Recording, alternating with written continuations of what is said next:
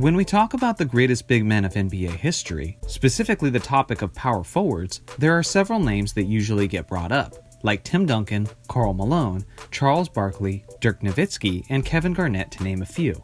But one of the names that belongs in that discussion but very rarely gets mentioned is the Celtics legend Kevin McHale. Although you won't hear the media or casual NBA fans bring him up, this guy is respected and held in high regard by his contemporaries of the 80s.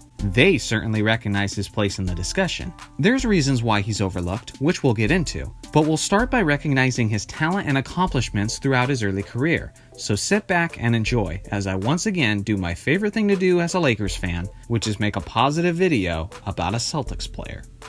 Kevin McHale was drafted in the 1980 draft with the 3rd overall pick by the Boston Celtics. He was a 6'10 power forward who was extremely skilled and had sound fundamentals. Although his talent could be recognized upon his arrival to the league, he wasn't necessarily tearing up the competition immediately, and instead developed his game slowly over time. As a rookie, playing 20 minutes a game, Kevin averaged 10 points, 4.4 rebounds, and 1.8 blocks per game on 53% shooting. He had the talent and the production to be a starter, but the Celtics were actually pretty stacked at the time, especially in terms of their big men.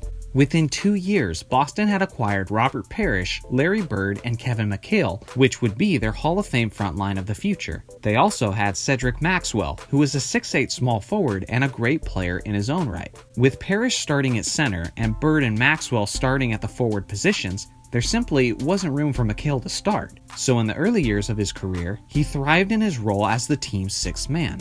Serving as a complementary piece behind Bird, Parrish, and Maxwell, McHale and the Celtics finished with a 62-20 record and went on to defeat the Houston Rockets in the NBA Finals to win the championship. Over the next 4 seasons, he would continue to come off the bench and make an impact, averaging 16.5 points, 7.5 rebounds, and 1.9 blocks on 55% shooting over those 4 years. In 2 of those seasons, he was the 6th man of the year, and in 1984, he added his 2nd championship ring in a 7-game series victory over the Lakers. At this point, McHale had already built a nice resume for himself, but his career was about to take off to another level. In September of 1985, the Celtics traded an aging Cedric Maxwell to the Clippers for Bill Walton, who would serve as the team's backup center and as their new 6th man. The departure of Maxwell meant that the starting forward position had now become available to McHale, and Kevin was quick to make Boston forget about their previous starting forward. In his first season as a starter, Kevin averaged 21.3 points, 8.1 rebounds, and 2 blocks on 57.4% shooting. With their big 3 leading the way, and with their deep roster, the 1986 Boston Celtics dominated their way through the regular season as they finished with a 67-15 record, and they were the league's best defensive team, which McHale was a major part of. This year was one of his 6 all-defense team appearances. There was nothing flashy about his defense. He wasn't the most athletic and wouldn't sky through the air to block a shot, but he was tenacious. He did an excellent job of moving his feet and staying in front of the defender while keeping his hands high. Under the leadership of Bird and McHale, the '86 Celtics won yet another championship, defeating the Rockets in 6 games. Although Larry Bird was named the Finals MVP of the series, there was definitely an argument that it could have gone to McHale, who averaged 25.8 points, 8.5 rebounds, and 2.5 blocks on 57% shooting over the series. It's worth noting that these impressive numbers came against the likes of great big men defenders in Hakeem Olajuwon and Ralph Sampson. To this day, the '86 Celtics are seen as one of the greatest basketball teams of all time.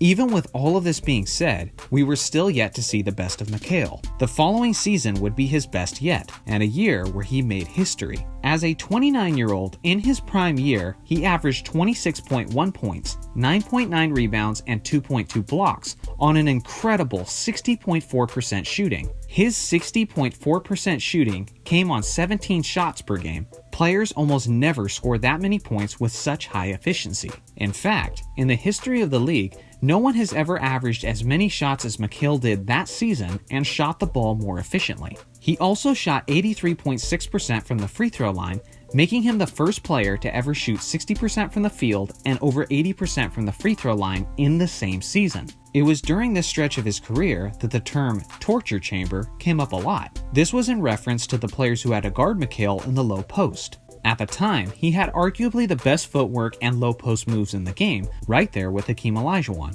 It was also extremely difficult for defenders to contest his shot, since he was a 6'10 player with a high release point way above his head. With how unstoppable he was as an offensive player, it made sense why they said his defenders in the low post were in his torture chamber. Towards the end of the 1987 season, the best year of his career, with just a few games left before the playoffs, McHale broke his navicular bone in his right foot. This ultimately would be a career-altering injury for the big man. Doctors advised him to get surgery and sit out the rest of the season, which is what just about any other player would have done, but not Kevin McHale. He was one of the toughest players to ever play the game and desperately wanted his Celtics to repeat as NBA champions. So he played out the rest of the regular season and throughout the playoffs on his broken foot. Was this incredibly tough? Yes. Was this absolutely legendary? Yes. Was this also extremely reckless and bad for his career in the long term? Yeah, it was probably that too. Regardless, he played at an incredibly high level in the playoffs. Despite the enormous pain, he averaged 21.1 points, 9.2 rebounds, and 1.4 blocks on 58% shooting throughout the 1987 postseason. Despite his courageous effort, the Celtics came up short, losing in the NBA Finals to the Lakers in 6 games. He would get surgery on his foot in the off-season, and he would have some really great and productive seasons afterwards, but his Celtics were done winning championships, and he would never again return to his prime form that he had experienced before the severe injuries entered his career. When you look at his averages and his rankings on the all-time list, it might seem a bit underwhelming, but you have to consider the fact that McHale spent most of his career as either a sixth man with limited minutes or as a star dealing with injuries. The reality is, he only had 2 healthy seasons as a starter before he broke his foot in March of 1987. He didn't have the longevity that many other greats have enjoyed, but the truth is, when he was good, he was really, really good on both sides of the basketball. Let me know in the comments section where you rank a prime Kevin McHale among the greatest power forwards of all time.